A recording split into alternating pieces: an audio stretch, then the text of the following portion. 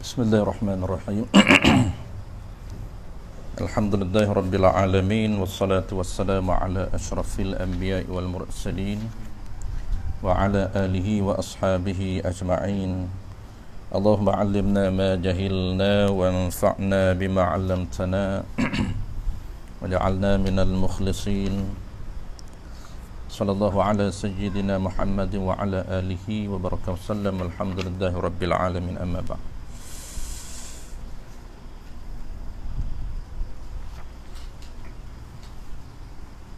Sambung muka surat berapa? 814. Qala al-musannif rahimahullahu ta'ala, muka surat 13. Dan seperti buah yang luruh dah. Tak silap muka surat 13, sambungan wahdaniyah. Dan seperti buah yang luruh ke bumi,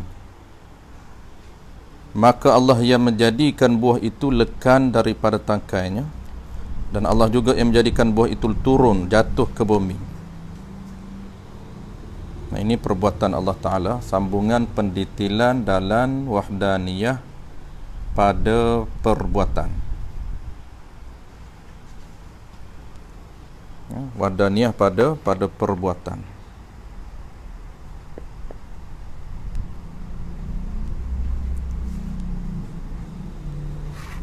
Qala al-musannif rahimahullahu subhanahu wa ta'ala,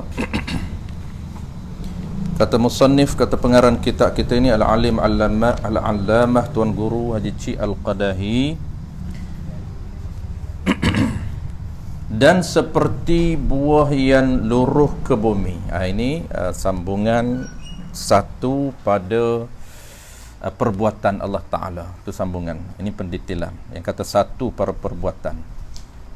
Dan insyaAllah malam ni kita akan sambung, kita akan jelaskan tentang makna usaha dan ikhtiar. Yang paling penting usaha. Yang kita kata saya berusaha, maksudnya apa dalam sisi pandang Ahlussunnah wal Jamaah. Dan seperti buah yang luruh ke bumi, maka ini contoh perbuatan Allah Ta'ala. Dan seperti ini contoh kata perbuatan Allah Ta'ala yang berada di dalam wahdaniyah ataupun esa pada perbuatan Allah Ta'ala. Kita ingat balik ciri Allah Ta'ala, sifat Allah Ta'ala yang keenam, ciri salbiyah yang keenam ataupun kelima, ciri terakhir ini. Sifat salbiyah dia ada 5. Satunya qidam, baqa, mukhalafatuhu lil hawadith, qiyamuhu binafsih. Yang kelima wahdaniyah. Ini kategori sifat salbiyah. Ada 5. Jadi yang terakhir malam ni, yang kelima ni, nama dia ialah wahdaniyah. Apa makna wahdaniyah? Tunggal ataupun esa ataupun satu. Makna tunggal itu tidak berbilang. Itu makna dia. Adapun tunggal bukan makna, itu terjemahan. Tunggal itu terjemahan. Esa itu terjemahan, tunggal itu terjemahan. Adapun makna dia tidak berbilang. Pendek saja. Yang kata esa itu ialah tidak berbilang. Cuma pendetilannya yang kata tidak berbilang itu sama ada pada zat dia, atau pada sifat, atau pada perbuatan. Dia terbahagi kepada tiga aspek. Jadi kita kena tahu ketiga-tiga perkara termasuk dalam konsep keesaan Tuhan. Kerana ciri ketuhanan yang kelima ataupun yang keenam detailnya dia panggil esa. Maka kita kena faham dia panggil konsep keesaan Allah Ta'ala itu. Apa yang kita nak kena faham dalam tajuk ini? Yang pertama kita kena faham makna esa. Itu. Yang kedua kena faham pembahagian esa. Yang kata tunggal itu ada 3. Tunggal dari segi diri Allah. Apa makna tunggal dari segi diri Allah? Yang kedua tunggal dari segi sifat Allah. Dan yang ketiga tunggal dari segi perbuatan Allah. Maka kita malam ni kita akan sambung pendetilan tunggal dari segi perbuatan. Apa maksud dia? Baik, kita ulang sekali lagi, secara ringkas saja kita ulang, tak perlu detail kerana kita dah ulang banyak kali detail. Apabila kita sebut wahdaniyah, mesti dalam minda kita ada kerangka. Apa dia maksud kerangka? Mesti terbayan makna wahdaniyah dari 3 sudut. Terbayan auto dalam minda kita wahdaniyah, esa pada zat, makna dia apa? Esa pada sifat, apa makna dia? Esa pada perbuatan, apa makna dia? Makna dia itu yang kita nak pegang, bukan terjemahan. Makna dia itu yang kita nak pegang dan hati kita. Apabila kita faham, maka kita pegang dan hati kita. Apa yang kita pegang ialah makna ketiga-tiga. Makna esa pada diri, makna esa pada sifat, makna esa pada perbuatan. Baik, yang kita detailkan, baik, kita dah selesai tadi. Topik pertama tadi apa dia? Konsep keesaan. Kita tahu makna esa. Apa dia makna esa? Tak berbilang. Dia ternafi bilangan. Ternafi bilangan pada zat Allah Ta'ala ini, ternafi bilangan pada zat Allah, ternafi bilangan pada sifat Allah, ternafi bilangan pada perbuatan Allah. Itu makna wahdaniyah, dipanggil ternafi bilangan. Cuma yang kita nak kena detailkan sikit lagi, ketiga-tiga tu kita kena faham bentuk dia. Maksud apa? Pertama, ternafi bilangan pada diri. Apa makna diri Allah ini tunggal? Apa makna tunggal? Ternafi bilangan. Tidak ada bilangan, tak ada bilangan. Sama saja bahasa dia. Tiada bilangan, tidak ada bilangan, tak ada bilangan, dak bilangan. Dia panggil dak berbilang. Sama, itu bahasa petani. Bahasa petani kata dak berbilang, tak berbilang, tiada berbilang, ternafi bilangan. Sama saja. Jadi kita nak kena faham apa dia ternafi bilangan pada diri Allah, ternafi bilangan pada ciri Allah, sifat Allah, dan ternafi bilangan pada perbuatan. Perbuatan malam ini kita sambung. Paling penting sekali ialah ternafi perbuatan. Maksudnya perbuatan Allah tidak berbilang. Itu kita nak detail malam ini. Baik, kita simpulkan dia makna. Kita dah jelas, dia kata ternafi bilangan pada diri ni. Apa makna ternafi bilangan pada diri? Makna dianya Allah Ta'ala ini tidak berbilang. Kalau nak detail, dia ada 2 bentuk bilangan. Itu dah pendetailan. Tapi kita contoh, kita tak nak detailkan. Kan ada bilangan ini ada 2 bentuk, munfasil, muttasil. 2 bentuk bilangan. Dan kedua-dua bentuk bilangan itu ternafi pada diri Allah. Cuma kita tak nak detailkan bentuk itu, kita combinekan sekali. Maksudnya kita bawa dalam keadaan ada 2 bentuk bilangan tapi kita tak nyatakan. Macam mana contoh dia? Ternafi bilangan pada diri Allah merujuk kepada zat Allah Ta'ala ini tidak ada 2. Itu bentuk munfasil kan. Tak sebut bentuk munfasil sebab bentuk munfasil itu di istilah. Yang penting kita faham. Kita faham dulu, kemudian kita nak detailkan. Ingat, ini bentuk ini nama munfasil dari sudut istilahnya. Ini bentuk bilangan ini dari sudut istilah ilmu kalam muttasilun. Yang bentuk munfasil muttasil tu dia memang diperlukan masa untuk kita faham.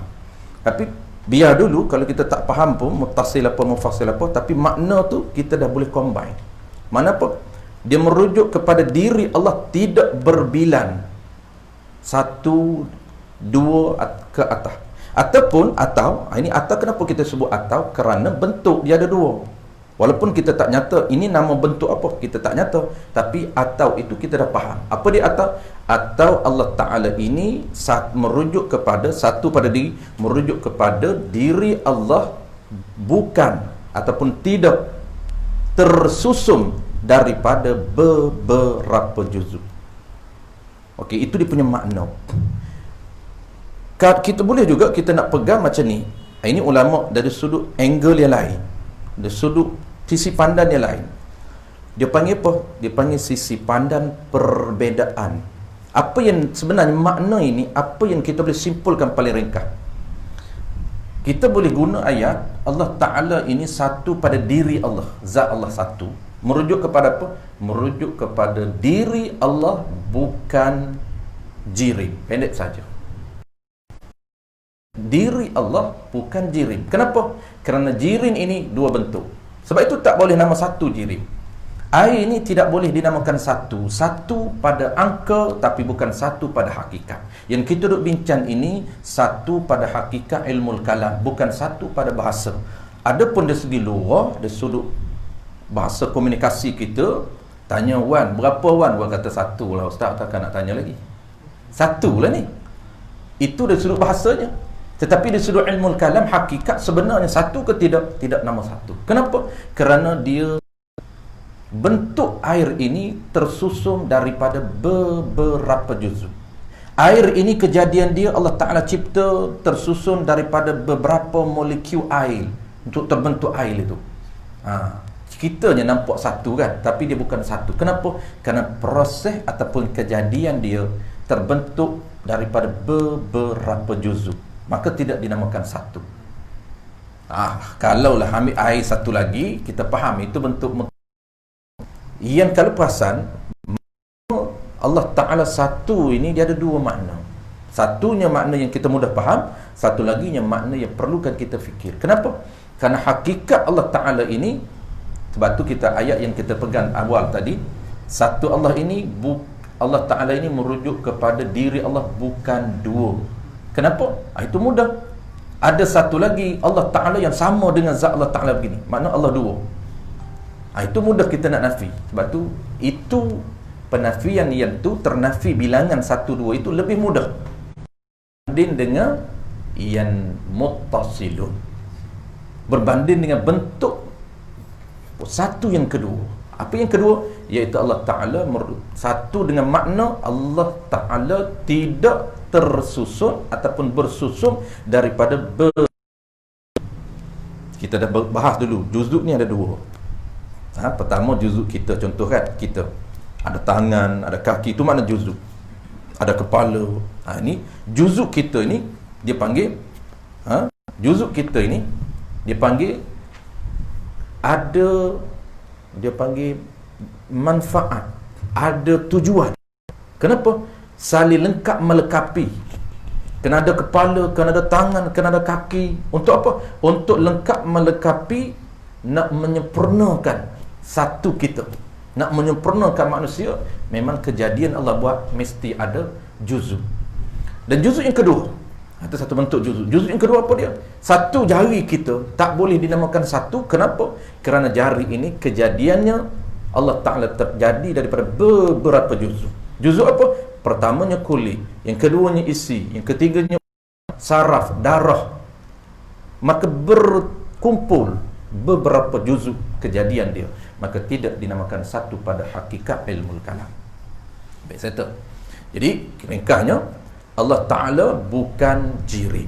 Paling ringkas. Tapi kita dah tahu jirin ni apa? Jirin ini, maksud satu jirim ini, kejadiannya kita ternafi pada bilangan dalam bentuk yang terasing dan dalam bentuk yang bercerai. Maksudnya bersusun. Tu settle. Baik, yang kedua ternafi pada sifat. Lebih kurang juga. Allah Ta'ala ni satu. Satu apa? Diri dia. Yang kedua, satu sifat. Sifat dia pun satu. Apa makna satu pada sifat? Ternafi bilangan pada sifat, sama ada dia ada dua bentuk.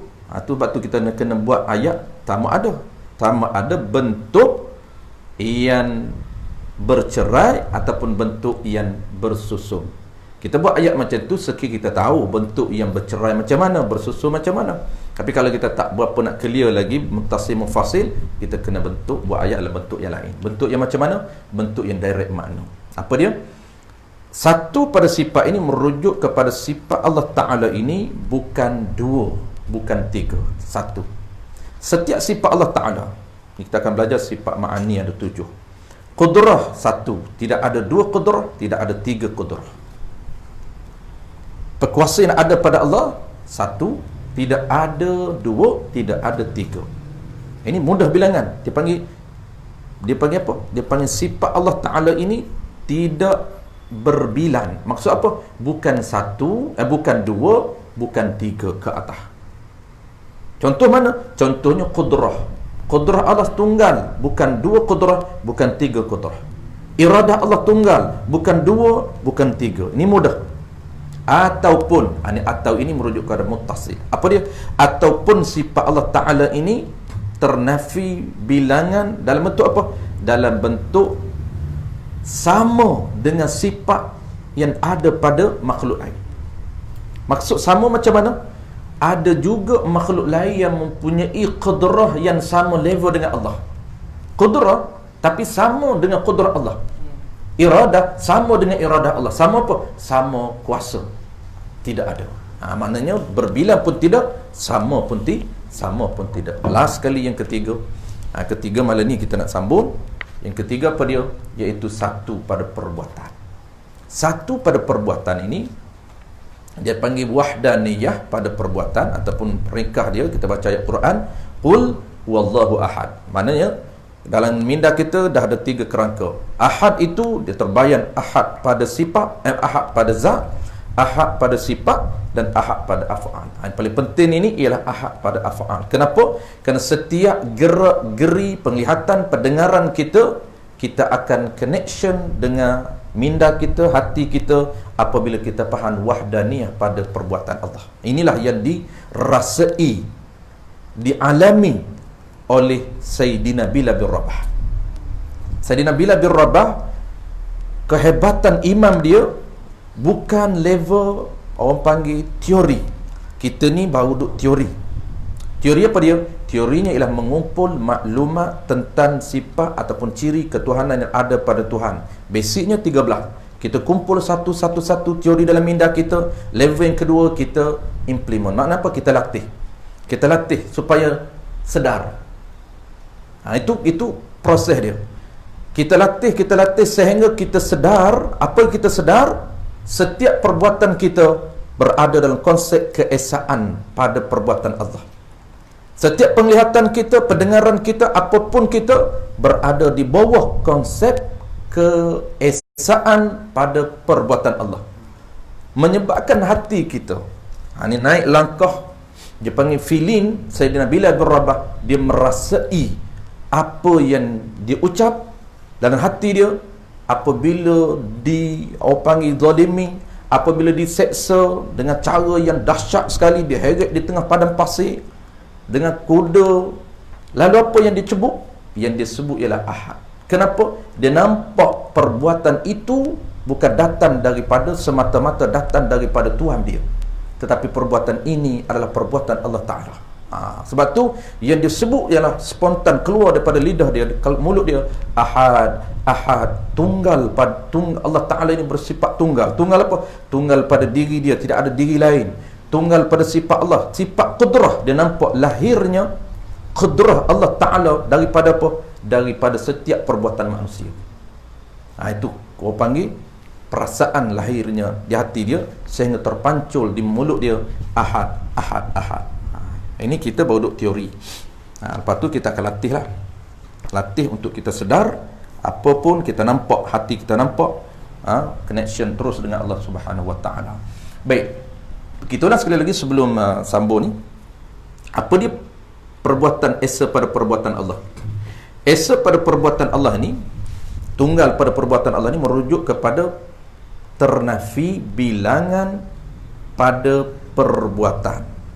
Apa makna dia?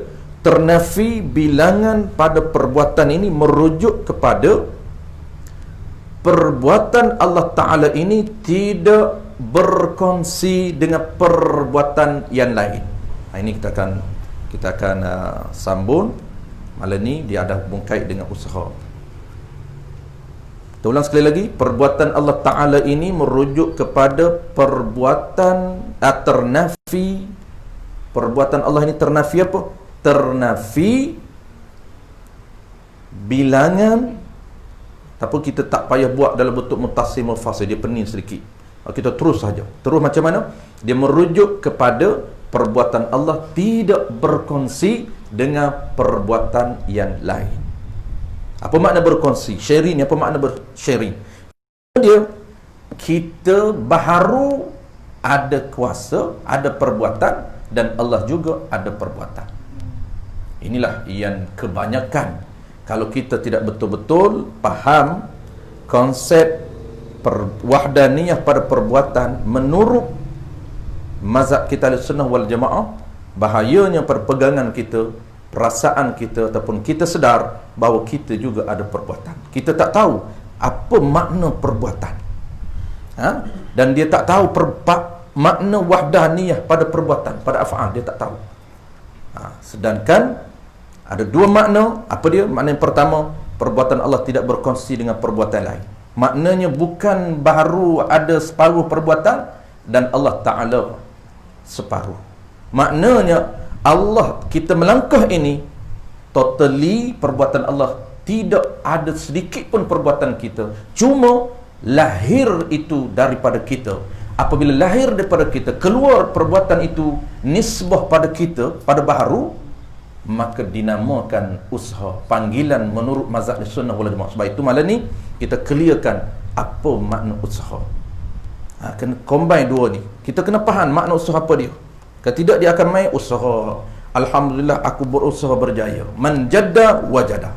Siapa berusaha dia akan berjaya. Itu teori dia. Memang adat dia, norma dia, memang itulah adat yang Allah Ta'ala buat. Dia panggil, Allah Ta'ala jadikan sebab. Tiap-tiap benda ini Allah Ta'ala akan jadikan asbab. Allah buat asbab itu. Wa ja'alna likulli syai'in sababa.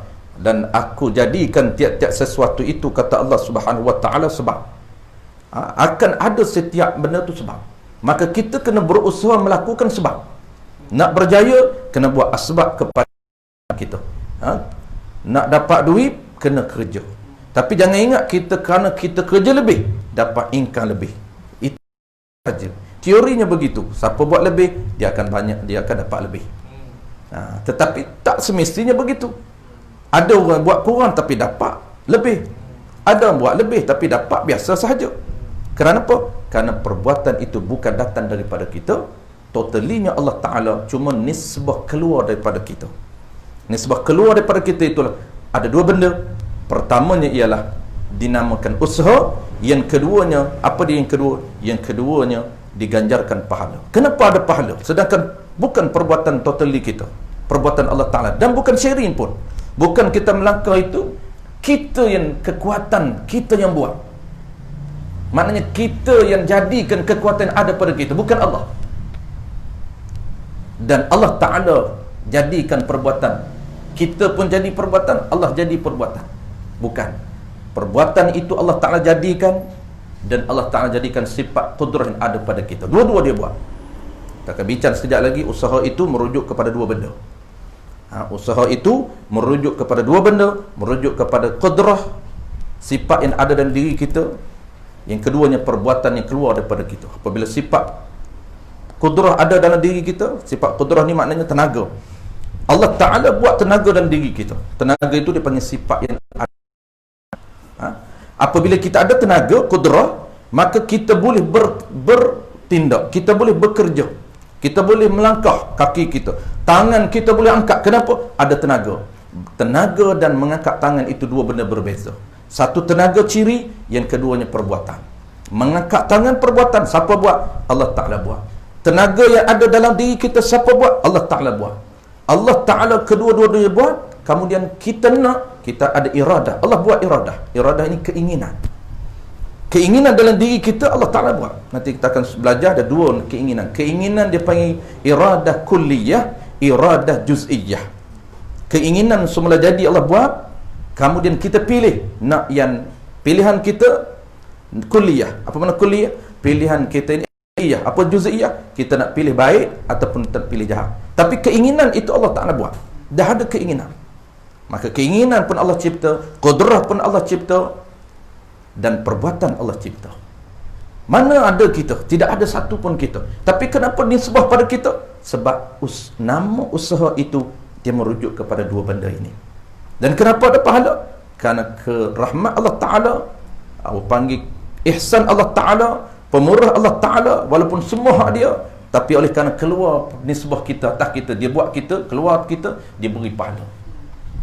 Sebab itu dalam kitab yang besar dibincangkan, adakah Allah zalim? Dia buat Abu Jahal, dia buat Abu Talib, tiba-tiba dia yang buat tak beriman. Abu Jahal kan tak beriman. Dia letak Abu Jahal dalam neraka. Bapa saudara Nabi, hak Nabi kasih pun dia letak dalam neraka juga. Adakah zalim Allah Ta'ala? Dia buat begitu. Tiba-tiba dia buat apa nama ni, Sayyidina Umar Ibn Al-Khattab jadi imam, beriman Sayyidina Umar, masuk dalam syurga. Adakah zalim Allah Ta'ala? Ini dibahas dalam kitab akidah besar-besar. Jawab dia tak zalim. Sebab apa tak zalim? Barang dia, kok dia lah. Barang kita, kok kita lah nak buat macam mana pun. Siapa nak kata? Barang kita. Anak jangan buat, anak bukan hak kita. Nanti anak ikut saja, Ustaz saya nak pukul ke, saya nak cobek ke, silap sikit, tak boleh, ada etika, ada undang-undang. Kenapa tak boleh? Anak bukan hak kita. Oh, kalau hak kita mudah, malam ni nak proses mudah, jadi selalu. Bukan, Allah Ta'ala buat. Betul, ada etik, ada perundangan. Anak dia tak boleh nak, dia kena ada peraturan, bukan boleh cobek ikut dam. Cobek pun ada tahap dia. Pukul ada tahap dia, memang boleh pukul. Tapi umur 10 tahun baru boleh pukul. Tapi pukul pun ada cara dia. Level pukul macam mana? Kita bahaya ni takut terlebih. Bukan kita lah, bukan tuan-tuan lah, saya lah. Main anak ni tak pandai nak ejah. Nak tepuk sikit jadi terlebih. Dia ada 10 tahun baru boleh pukul. Pukul pun ada sebab. Kerana sebab tak solat. Jadi kita ni sebab lain, kita pukul lebih lagi. Lebih haram. Sebab pukul tu bukan sunnah, bukan wajib, harus, makna boleh pukul. Dibenarkan pukul di dalam tarbiyah, proses tarbiyah. Guru boleh pukul, guru dibenarkan oleh syarat pukul. Anak dibenarkan oleh syarat pukul. Bapa boleh pukul, guru boleh pukul. Tapi ada hak dia, level mana boleh pukul. Pukul bukan menyakitkan, iaitu pukul untuk mengajar. Bukan pukul untuk menyakitkan. Kita lagi tak sakit, lagi kita pukul. Lagi dia tak menangis, lagi kita pukul. Tak sakitnya, mai abah buat lagi. Jadi payah kita nak ejah. Saya bercakap tu pada diri saya lah, payah nak ejah. Senang cerita, faham lah, tak payah pukul. Takut terpukul terlebih haram, bukan makruh. Haram. Jadi bahayanya takut haram. Jadi tak zalim Allah Ta'ala, dia buat kerana barang dia. Dia buat Abu Jahal masuk neraka, tak berlaku zalim, kerana barang dia boleh buat apa saja. Baik, maka pendetailan yang kita nak detailnya berkaitan dengan satu pada perbuatan Allah Subhanahu Wa Ta'ala. Kita dah faham kata perbuatan Allah Ta'ala itu satu ni maksud apa? Maksud dia tak berkongsi dengan perbuatan yang lain. Dan satu lagi, dan perbuatan Allah ni, satu pada perbuatan Allah merujuk tidak ada perbuatan yang lain menyamai dengan perbuatan Allah. Itu dua-dua. Apa makna tidak ada perbuatan yang lain? Apabila sebut yang lain merujuk perbuatan makhluk. Itu dia ringkas dalam kitab. Yang lain tu bagi apa makna yang sifat bagi alam. Tidak ada makhluk yang lain, sifat makhluk yang lain, perbuatan makhluk yang sama dengan perbuatan Allah. Apa sama perbuatan Allah? Maksud dianya iaitu perbuatan hakiki. Apa perbuatan hakiki? Hakiki perbuatan ini iaitu perbuatan mengada dan menadam. Ini tidak ada pada orang lain. Hanya Allah Subhanahu Wa Ta'ala. Itu dipanggil satu. Satu ni tak berbilan ni apa? Tak berbilan. Perbuatan ni maksudnya tidak ada perbuatan yang lain yang sama dengan perbuatan Allah. Sama maksud apa? Maksudnya sama-sama boleh yang tidak ada dan boleh menadam. Menadam ni membinasakan benda yang ada. Tidak ada mana-mana makhluk boleh buat, boleh menggantikan kerja Allah. Contoh apa? Contoh kita ni mungkin dia bagi. Mungkin sebelum Allah Ta'ala jadi, kita ni statusnya mungkin. Allah Ta'ala buat kita daripada kita tidak ada. Dia buat kita ni daripada tidak ada. Dan bahan pun tidak ada. Tanah bahan dari kita. Nama sajalah, nama. Macam kita dengan anak kita lah, konsep lebih kurang sama. Anak kita kecil belum balik ni, kita beli baju kat dia, Kita beri makan, beli makanan, kita beri dia makan. Beli baju, kita beri dia pakai. Lalu dia pakai baju, dia perasan nak dia. Dia tunjuk kat kawan, baju aku cantik, dia kata. Dia tak sedar diri bahawa baju tu bukan hak dia, ayah dia beli. Dia tak cakap ayah dia beli. Tanya dia cakap lah. Siapa beli? Ayah beli. Sebelum tanya dia cakap baju dia cantik. Baju dia cantik. Umur 3 tahun, 4 tahun. Memang fitrah kita ni, riak asal daripada fitrah asas kita. Nak tunjuk pada orang ni bukan balik baru kita nak tunjuk, tidak. Dia daripada sebelum balik.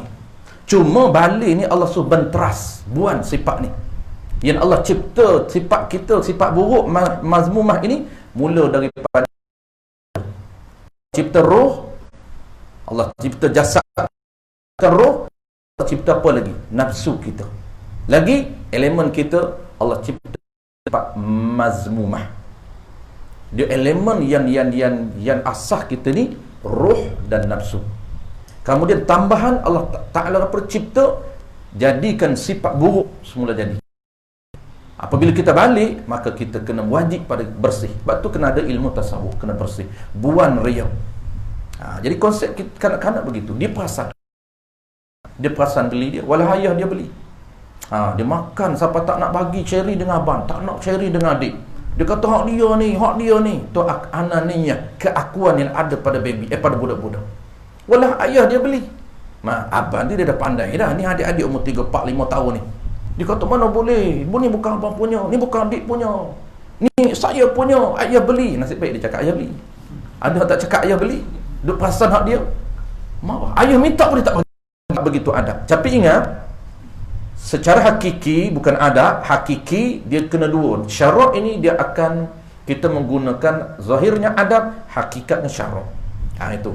Sebab itu tak salah kita bercakap dari sudut adab. Memang begitu. Adab memang kita kena sebut begitu. Tapi hakikat kita nampak.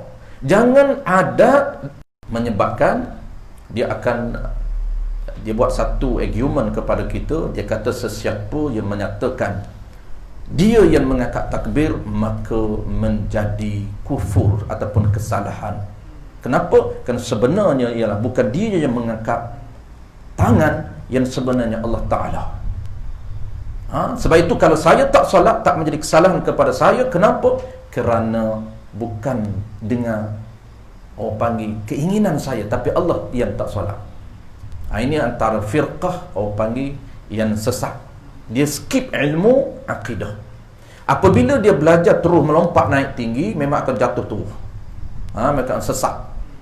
Fiqah dia skip apa? Ilmu akidah. Dia tak faham apa makna usaha, apa makna satu pada perbuatan Allah, apa makna zahir, adabnya macam mana, hakikatnya macam mana. Sedangkan kita mesti bercakap pada adab, hakikatnya hati kita nampak. Memang kita bercakap, siapa semayang tak diwat? Saya kat takbir, Allahu Akbar. Siapa yang baca? Saya yang baca Fatihah. Sebenarnya adakah kita yang baca? Saya baca pada adab, tetapi hakikat Allah Ta'ala. Allah Ta'ala mencipta satu qudrah pada saya, satu perbuatan.